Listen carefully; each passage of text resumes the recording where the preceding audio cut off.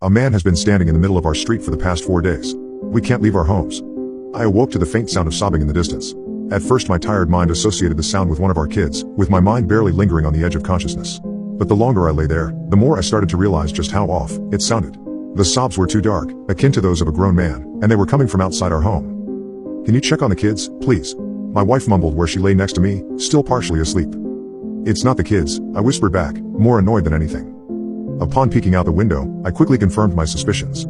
As I thought, there was a man standing in the middle of the street, just sobbing. Even though the ancient street lights outside barely illuminated him, something was clearly wrong about his presence. He stood perfectly still as he sobbed, not even appearing to breathe as he let out the broken calls that shattered the silence of night. Across the street I could see some of my neighbors' lights turn on, as more had clearly been awoken by the sounds of distress. "Shut up, will ya?" a man screamed from down the street, but he received no response. Though my first instinct was to check if he needed help, something about his appearance locked me in place, frozen from fear and leaving me unable to logically plan out my next move.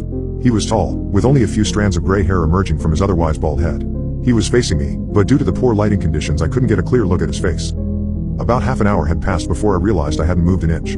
I had been transfixed, and only broke free once my wife properly woke up to ask what I was doing. I don't know," I stuttered. "There's a man standing on the street. I think he needs help." Joanna joined my side at the window. Even in the dark I could tell her face had turned completely pale by the mere sight of the man. "What's wrong?" I asked. "CA, call the police, don't go outside," she said with a shaky voice. "Why? What did you see?" I don't know, just don't go outside, please," she begged. I grabbed her hand and gently pulled her away from the window.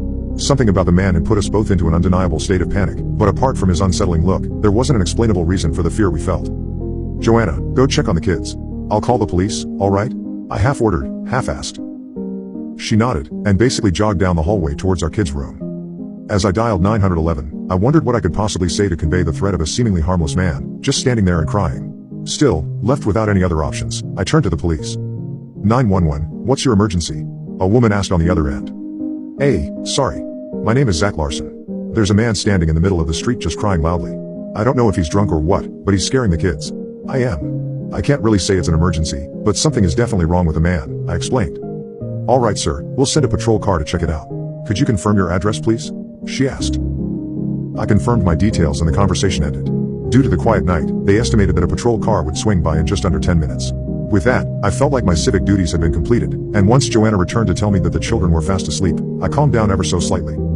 After closing the blinds, the two of us headed back to bed, confident that the police would handle the situation. And I wish that would be the end of our story, I truly do, but as fate would have it, things would only get worse from there.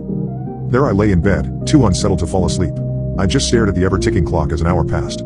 The man kept crying, producing unrelenting sobs with each passing second.